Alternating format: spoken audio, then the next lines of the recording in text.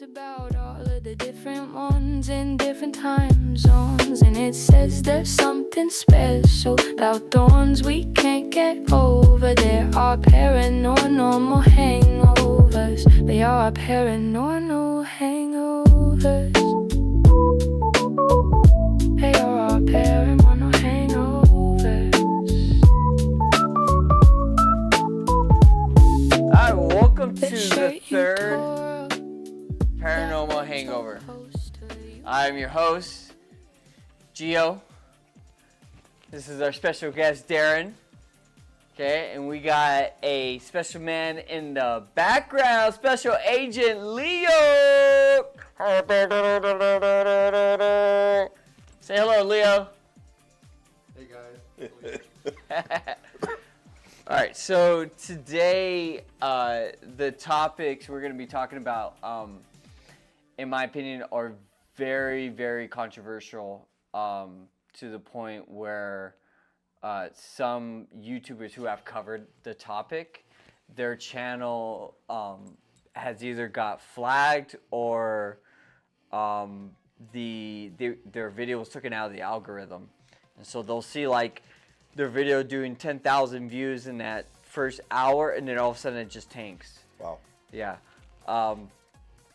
To me, I think it's a special topic because it's something that have researched about in the past, and it now, from what the last thing I've researched or listened to, I listened to Stephen Allen Greer's podcast with Jesse Michaels. American Alchemy. I don't know if you're familiar with American Alchemy. I haven't listened to him. Jesse Michaels is been really big in ufology, and lately he's has become the staple person, I think, lately, other than Joe Rogan, of like every time a whistleblower comes out, every time a politician is like forefront about the topic, they pop up on his podcast. Yeah, okay. Yeah. Cool. One really interesting was Malgrom.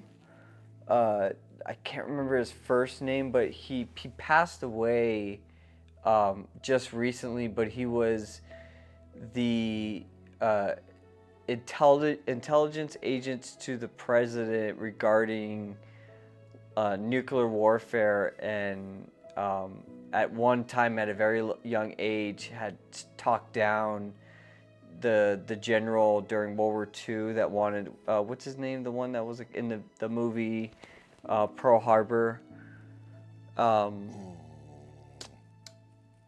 but he gave a deathbed confession about, yeah, it's okay, but they'll know who I'm talking about, like people who are researching this guy. But he's the guy who just did at the beginning of this year a podcast with Jesse Michaels, and he basically said some really crazy stuff like that we're going to talk about time travel and a group that is involved in time travel and time manipulation.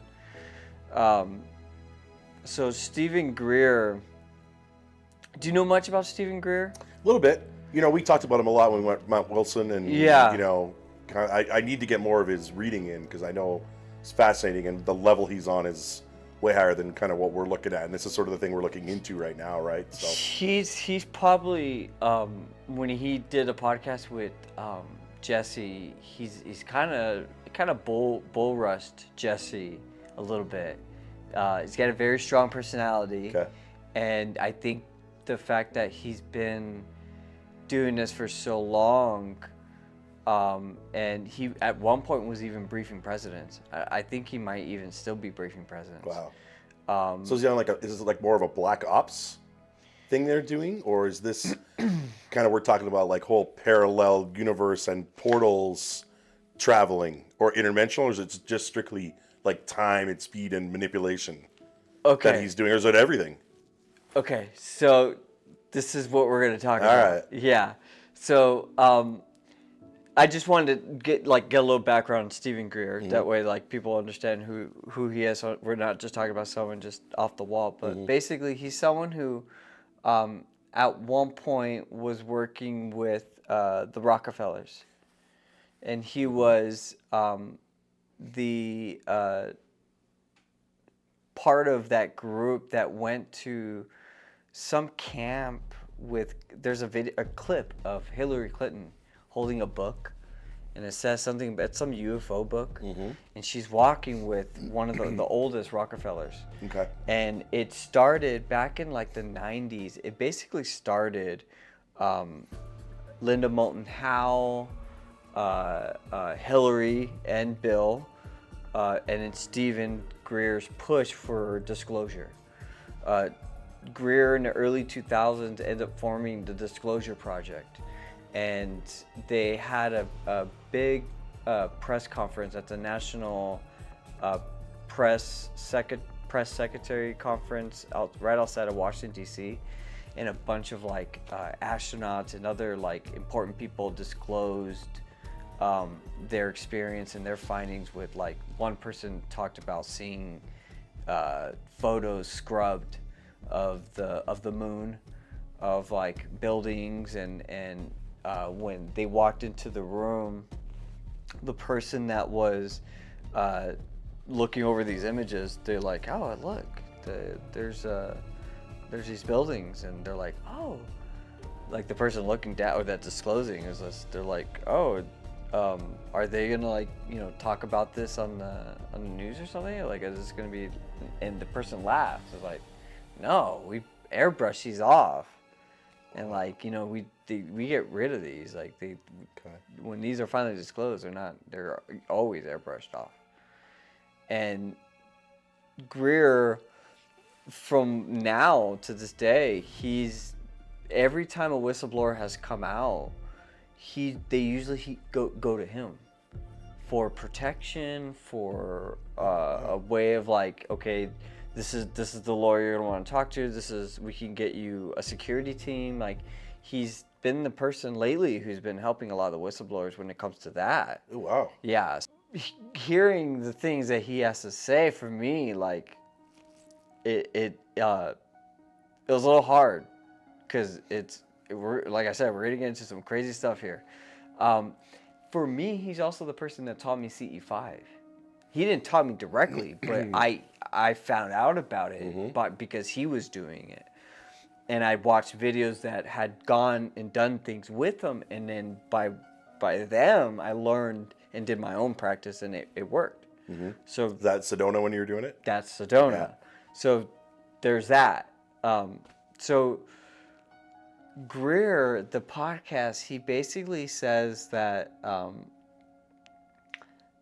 it's a 3-body scenario, the way I could kind of say it out. And it's aircrafts that are extraterrestrial, crafts that are reverse engineered that are ours, that are flown by us and by them, and by them, them. And then there's the interdimensional, that are more orbs type, and there's this jelly thing. I've seen that jellyfish looking thing. Yeah, that's. I know. Gives me creeps. It's odd thinking of that. It looks like he's inside of a. Well, did you see the movie Nope? Did you see that Jordan Peele's movie? Yes. Okay, do you remember at the end when they got it out of the shell? Yes. That thing, what it was, and I mean, if you think of it more of like a blister, that's kind of like this protective layer it was in, and right. It was sort of identifying itself with what I think we recognized it as, and then once people got a grip of what it was, then it was its actual shape. Think if these things came down and that's what they actually looked like, but they're disguising themselves as what we normally think is a craft or an orb, or right. The classic. We've seen that one at Skinwalker. The one that looks like you could pull it apart, like a Death Star. Yeah. So I'm not surprised. Do you remember the photo that Jeff showed of the thing in the sky? I do. The one we weren't supposed to take a look at. Yeah. that always pops in my mind, just because of the fact that like it could be something that could just be like that, where it could just pop in and look just like a normal thing, or not normal, but like, you know, something that. I don't want to get too much off topic here really quickly, but I started thinking about this the other day, and you know, when you and I were out, and you know, we were with Jeff and them, and we saw things moving around out in the sky and things at Mount Wilson, and different shapes, different colors, different whatever. Yeah. And then some of the things I've seen in these pictures lately, and a couple other ones that are popping up, it's like, are these things showing them, like I said, showing themselves because this is what these people, the people that are seeing it and taking pictures of, that's what it's like mentally projecting it. Hey, this is what I want you to like. It's showing itself as this thing. So I think that's a part of it. Do you know what I mean? Yeah. Instead of just being well, this is like, because I don't know if a lot of people could really handle. Like there's a thing called called an algogore or egregore. It's like a thing of like when people, a collective group, start thinking of an entity, and it kind of like creates itself. An egregore, I think it's called. Something like that, yeah. The thing that no one wants to talk about, we're going to talk about. Okay. And now I'm getting a little palsy. So Linda Moulton Howe, you know who that is? That's the producer of Coast to Coast and Ancient Aliens. They know about this, and so does Jack Fillet. I believe that's where Stephen Greer had got the document from, or learned about the document. But it's a document dated to like either the 60s or 50s that talks about redacted, sorry, for psychological warfare and abducting other groups for psychological warfare and testing. And sometimes these crafts that have been found, there are reports of bodies found in them. Human or other? Redacted. Yeah. Abductees, I guess we're assuming that's what they were at some point.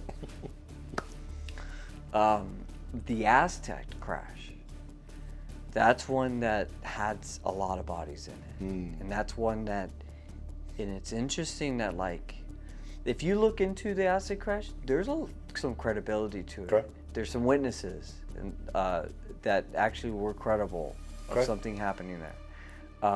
But if you were to ask, most people would laugh and say, no, that one's a hoax. Right. That one's a disinformation one. Right.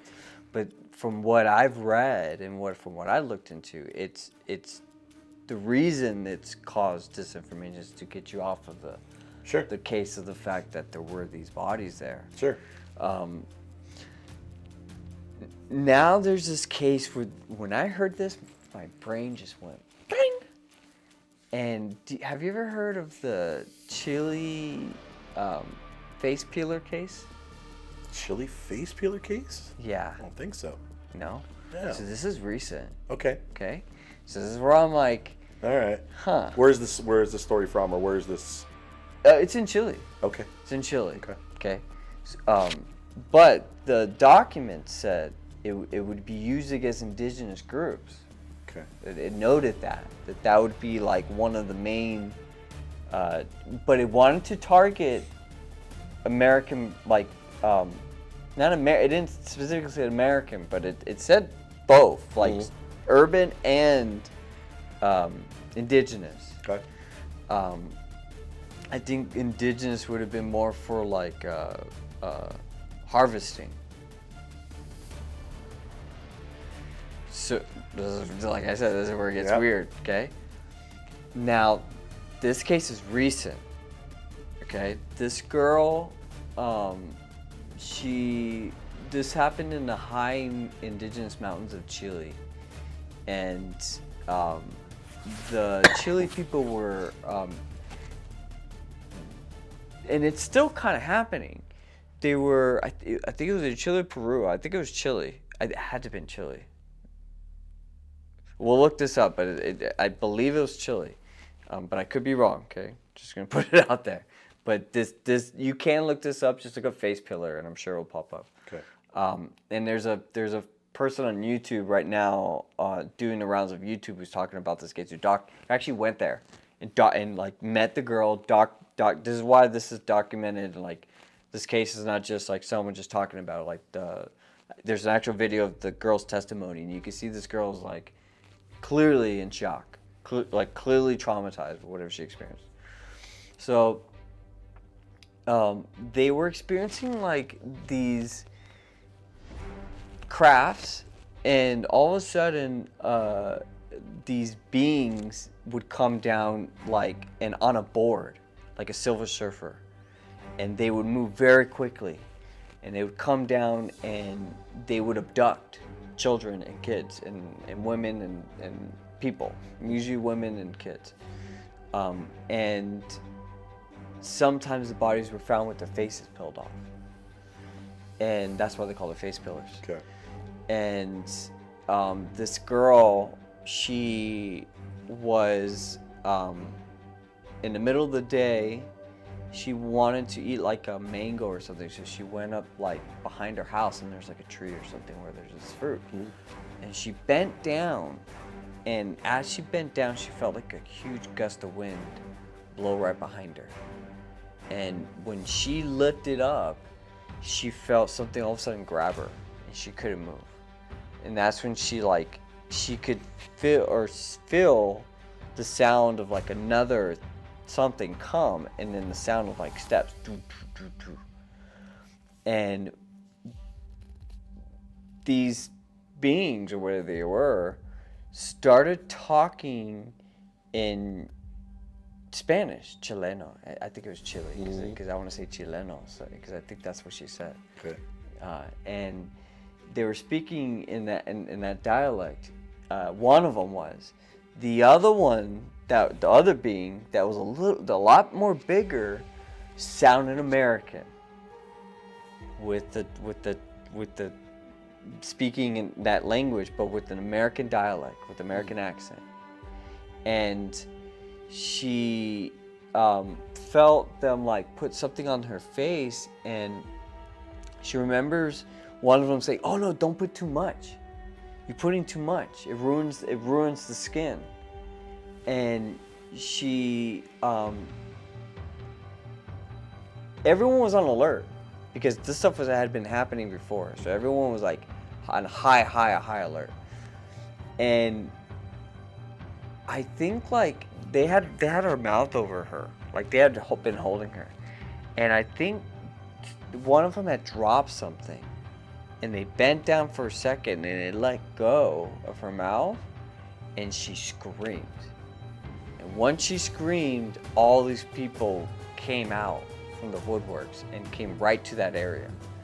And the people said that they saw, because she said that like they let go, and one of them's like, "We can't leave her," and the other one's like, "No, we gotta go, like we need to go now."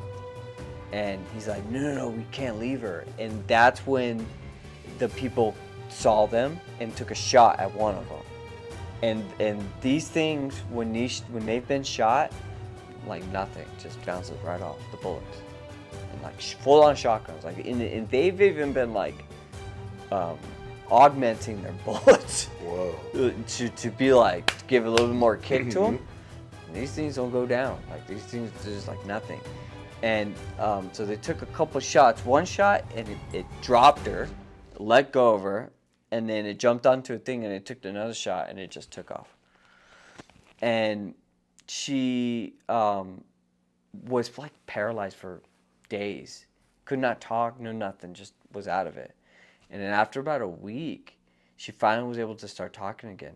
And then this American that I'm telling you about, if you look him up, you should pop up. Tall guy.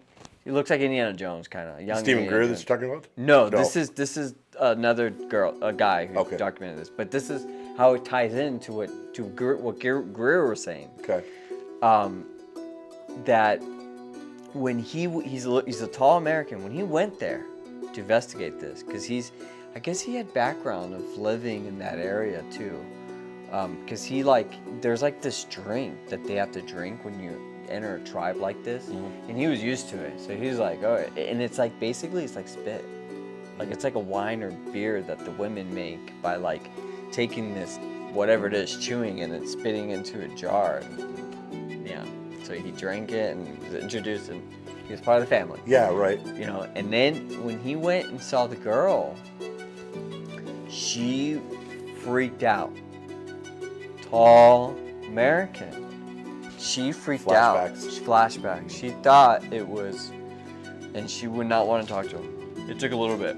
He had to break that ice, and then once he broke the ice, she's shaking and she's talking to him. And then told the story that I just told. How old is the girl? Maybe like 14. Yeah. 14, 15. And how many other documented cases have they had of this in that area, or? Maybe about hundreds. Wow. Yeah. How far back does it go?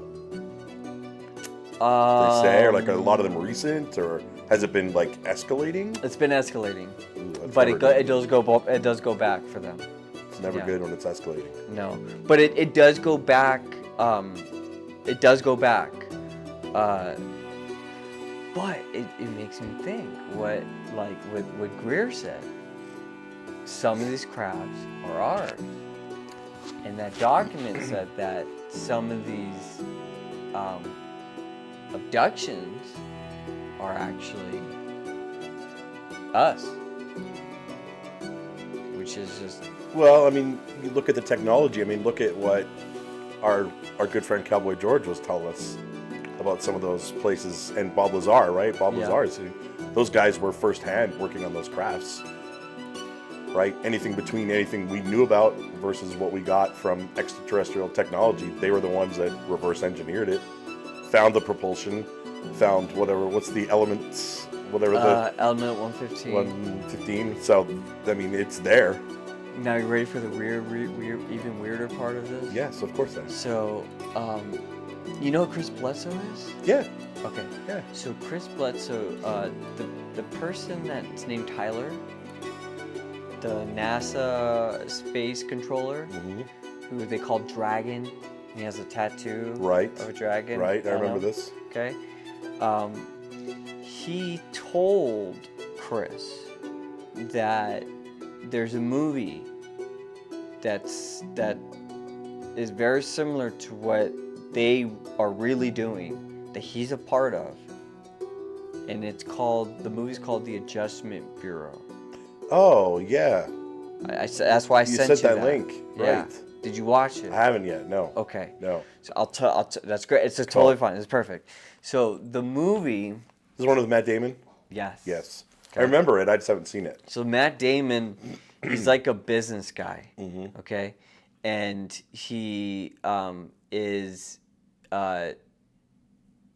doing the day-to-day and going through his office, and then one day he changes something. So like something happens irregular, and it causes him to go back to the office. And when he walks into the office, everyone's frozen. The secretary can't move. He goes to the board office, and his friend is right there, like just stuck on a phone, like not moving. But there's all these people, like touching them and adjusting them, and they're like using prongs, and they're like moving them in certain ways. And he like, what the? And he freaks out and he runs, and they catch him, and they're holding him down. He's in a chair, and the main boss is like, you gotta tell him. Like, and he's like, no, we got this. He's like, no, the last time this happened, we didn't tell the guy. He went crazy. He almost tore down the whole freaking building. So you gotta tell him. So then they tell him, and they go, we monitor you guys, and we have to sometimes make sure you stay on your path. and they have like these books, and they have like it has all these dots, and it's showing your path, and if it shows you like as long as you're doing this, you're gonna be on the right path or whatever. And so he's like, see, you met this girl, and you guys went this way. You're not supposed to meet her. So he's like, so I need you like to just never see her ever again. And he's kind of smitten by her a little bit already. So he's like, you know, just like any other guy. You tell a guy don't eat chocolate, the guy's gonna freaking eat chocolate. Right. So he then finds the girl, and they find him. Oh, and they tell him, if you find her, and if we find that you see her, we're gonna know. We're gonna have to. It's called code something, and they basically erase your whole memory.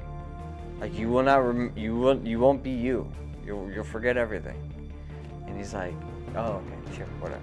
So he finds her, and they find him, and he runs from him no matter what, and he gets away. And then I'm not gonna ruin it for you, but basically, in that movie, the guy Tyler tells Chris, in that movie, pay attention, there's a guy by the name of the Hammer. He goes, we work for the Hammer.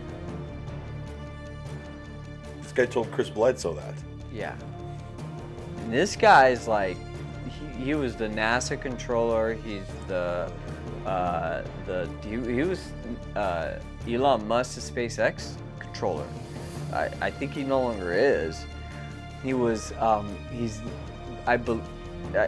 was patenting, and I think he still is, a new form of pharmaceuticals where they will write into the microorganism of the molecule, and it will manipulate the DNA.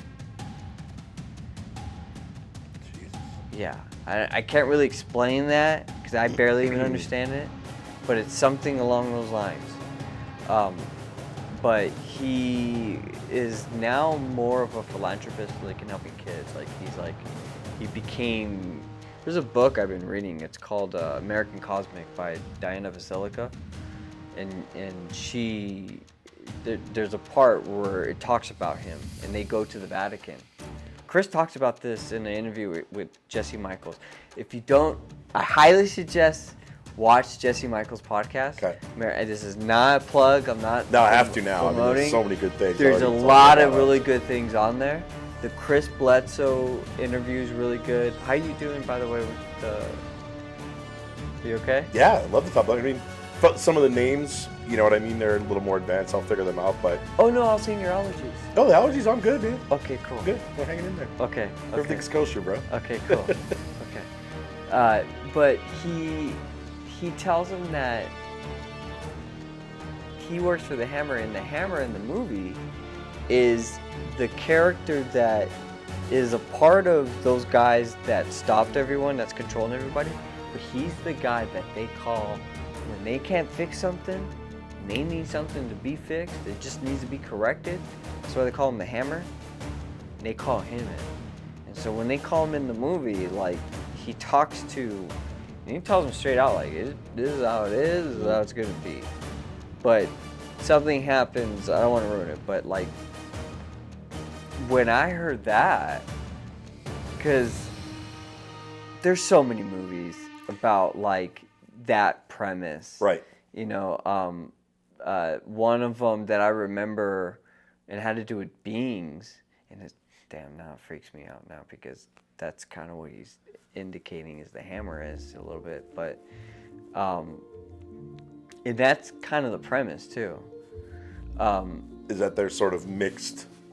Yes, but and also to the main point, I should say this, that Greer really wanted to get across is he really doesn't like Elizondo.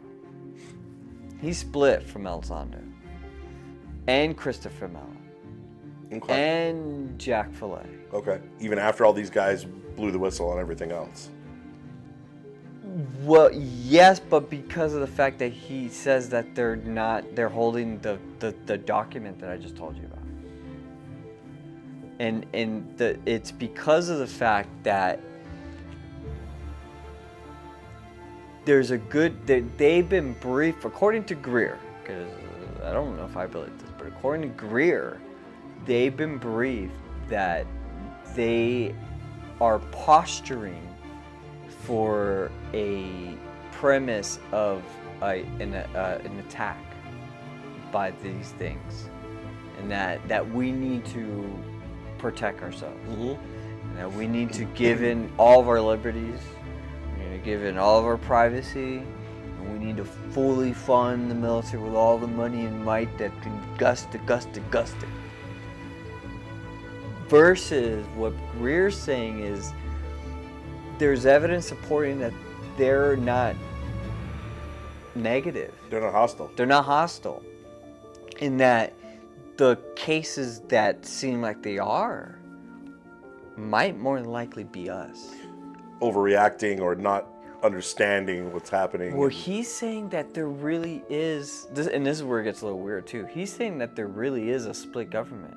That there really is a split I think there would have to be. Technology class group that is subservient to nobody and is working off of they're international. And I'm sure there's more than one. He's saying too that and this is what he strongly believes. You know the Tic Tac of the Nimitz case with the pilot. Great video, the most famous video now that we pretty much have. I love that there. pilot too. So good. He's a Top Gun pilot too. Fuck, what's his name? It's gonna hurt my feelings. I can't remember. Colonel Fraser. That case, according to him, was them, not the beings, but that other class of humans that has been building these things since the 40s. That makes their own money. They do whatever they do, what they will at will, and have been answer to nobody, and that was them, like winking at Fraser, and apparently Fraser was briefed that, and Fraser doesn't believe that, and this is where it gets weird. According to Greer, Fraser confirmed that is what happened, but according to Jesse, who talks to Fraser, Fraser believes that it was something else, that it was still extraterrestrial. Okay. For me, I've seen two things. I've seen a document that is so weird. And it looks like it's a Tic Tac on a Lockheed Martin document. Okay. And then I've seen a photo of a Tic Tac with the military member standing in front of it, and it's inside of a hangar. Really? Yeah, I can show you that. I got that on my phone. Could be fake. Could be AI. Could be completely fake. You know, but it was something that was posturing on the internet for a little bit and was quickly removed, and then you can't really find it. It's really hard to find out.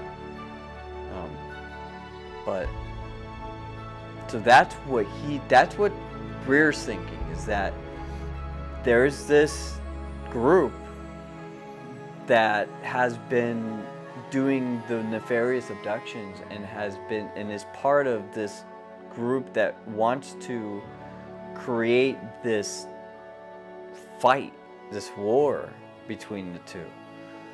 And Greer's trying to get the truth that it's not, and it's actually this group. And he's got insiders like that completely confirm all. And remember I was telling you about the whistleblowers. Right. That's where it's okay. Well, that's where it's weird, because literally, like Jack Barber, Brown. It's the last couple ones that just came out regarding the Legacy program. Okay. And Immaculate Constellation. Those guys, they both went to Greer. Both still talk to Greer. When he's on the Jesse Michaels podcast, he's like, "Oh, I just text Jack Barber." Jack Barber. He goes, "I just text Jack Barber. Here we go again. Never gonna stop." And then Jack Barber said, "Yeah, no, don't ever quit." So it's like these guys all trust him, but then that's what he's saying. So how much of it do you believe? I guess the question is now is how much, like, if we're listening to it, how much do we actually believe? Well, this is Do you the know what I weird mean? part. And- So for me, I think of there's an investigator who recently was looking into the money trail, the trillions of dollars that have gone missing. And what she has said is that you could clearly see it's been emptied into dumps. That they were building cities. They were right underground. And you think about, like, if you're gonna hide these things and you're gonna hide this action happening, where would you hide them?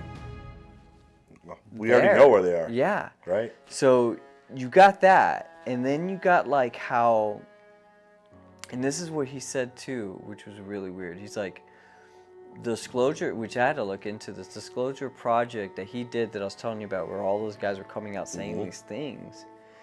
9/11 happened. And there we are getting a reset where nothing mattered and everything was just patriotic. Well, what it did is it turned the page and got the focus off all of that, right? It did.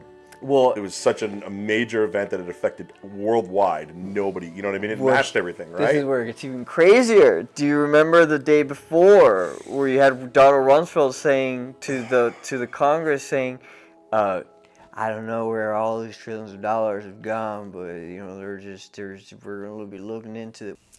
Our financial systems are decades old. According to some estimates, we cannot track $2.3 trillion in transactions. Well, the building where all those documents and all those where they were figuring it out, that's where the plane hit. Was the side of that, and how Very convenient. perfect. Very convenient, right? Oh God, a perfect of a shot for him Yeah. to get that building. Out of all shots, for him to put that plane, you got to make sure he hit that specific office where all those papers, where all those documents are at. Just not everything's gone. They literally the next day. Yeah. Well, it's insane too if you think about, like, if you think about that as an actual conspiracy. Like, you know, obviously it was a terrible event no matter what. However it went down, whether it was, hey, we need to do this because we have to do it, or it actually happened like it happened, right? We'll probably never know. But at the same time, it's like it's a perfect cover-up for anything. I think there's a lot of truth to this, and the reason I've believed this is, and Greer has pointed this out. Maybe this could be my fault, is that maybe I might be believing Greer too much. But I've looked into this too before he said this. A lot of people that have talked about this have died very, very mysteriously, and the technology that's involved with a lot of this kind of stuff, a lot of those people have just either died or have gone missing mysteriously. And they also make a pretty big point about it when someone goes like, it's this person's disappeared, this person. Anyone that knows, like, our circle, Right. what we're looking at, you can find those pages. Hey, this person. Like, even Bob Lazar, how many times was he threatened? Right. And he was like, okay, where do I stop? You know what I mean? And I think the only reason probably that he's still around is because his notoriety. Like, if he went missing, there'd be a big inquiry. Like, that'd be it. People would just freak out. They'd be like, in the UFO community, yeah, they'd be like, whoa, what's going on now? Like, this is... Well, I think what saved Bob is George Knapp, him going out to George Knapp. Because by him coming out, then George now knows, okay, this guy I've been talking to, he's not dead. I now even have a bigger story because that Right. even, like, it proves that they had a reason to even kill this person. But that's what I think. I think that case, it's so interesting because I have friends who, they don't believe the Bob case. But then even new evidence that comes out regarding Bob, they won't look at it. Right. Will not Right. look at it. Right. And it's like, even when I still bring it up, they'll be like, oh, they'll roll their eyes. Oh, here we go again, Bob again. I'm like, well, do you even know the element 115 really is real? Like, and how weird that, like, he was talking to the guy doing the documentary on him regarding element 115. Mm-hmm. And the next day, he gets raided by the FBI. and they said that they're here because they're looking for a chemical that was a poison used in a murder case, and they wanted to see Right, if they he need the has evidence. any. I remember seeing it, yeah. Yeah, and while they're there, they start asking him about the Area 51 stuff. Imagine that. What does that have to do with it? 6 of one, half dozen the other, right? They're like completely kind of confirms that, like, okay, Element 15 They would have had really zero real. interest in that. If that's what they're looking for, that's what they're looking for. Right. They came looking for this poison or this evidence. FBI didn't stray out of the way, No. you know. Your military background, when you guys are looking, when you guys are focused on a target, you're going for the target. You're not, oh, hey, squirrel, now we're going to go over here and look for this. No. You know exactly what you're looking for when you go in. So that's what I had to say. So that's what I brought today to the podcast was Stephen Greer's Jesse Michaels podcast. Definitely watch it. Yeah. Watch Chris Bledsoe's podcast with Jesse Michaels, and watch Adjustment Bureau, the movie, and you know. Okay, let's think about this. All the things that we just talked about now, Sure. and all these like very odd cases, like the chili face peeling one, and like some of these weird. What is the reason why? Like every day there's something happening, or multiple events every day now, and I think you and I talking to some of our friends when we were in Vernal, and some of the guys that had that military background, they're like, hey, there's something big gonna happen here pretty quick. And it's are we getting a taste of this, or is this again? Are they trying to? Is there so much happening right now? Because something else is going to happen, and they're trying to get everybody focused. Like this is what I'm kind of like. Like every day there's something different, and I'm trying to keep track of everything, and it's all such one end of the spectrum to the other. Yeah, so I'll be completely honest with you. So, I mean, I grew up in the city, so like, and I was stationed in Alaska, so that's when I was really exposed to like the outdoors area. But when it came to Bigfoot, werewolves, all that kind of stuff, I was completely in the dark. Now, when I went out and Mount Wilson was the first time where I heard something, that I'll never forget that. I will never forget that either. It's tattooed in my memory. Same. And so when I went to Vernal, that was eye-opening with the werewolf stuff, the Bigfoot stuff, and then the giant stuff, and then everything else. Everything else. It was weird. It was very eye-opening, and I came back so confused. Like I didn't have an understanding of anything in the beginning, but I at least had my own little bubble of okay, ghosts and aliens, and then the weird stuff in between, the interdimensional. But when it came to like a werewolf kind of stuff, Skinwalkers, werewolf shapeshifters, skinwalkers, all that shit is and you know who the twins, Darren and Roman. Yeah. Mm-hmm. Well, we're gonna take a short little break. Hold on 1 second, Leo. Are you okay with it, buddy? Okay. Are you sure? Okay. I look over and it looks like he's struggling. So do you want to take a break? Back from break?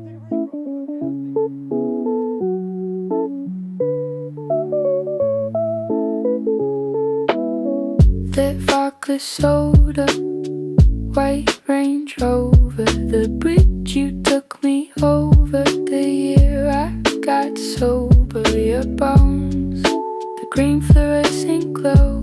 But when you ask me if I know, well, there's this podcast that I love. It's all about ghosts, and it talks about all of the different ones in different time zones. And it says there's something special about the ones we can't get over. There are paranormal hangovers. They are paranormal hangovers. They are paranormal hangovers.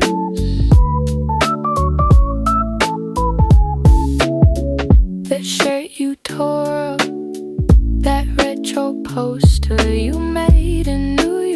girl and told me be a grown up.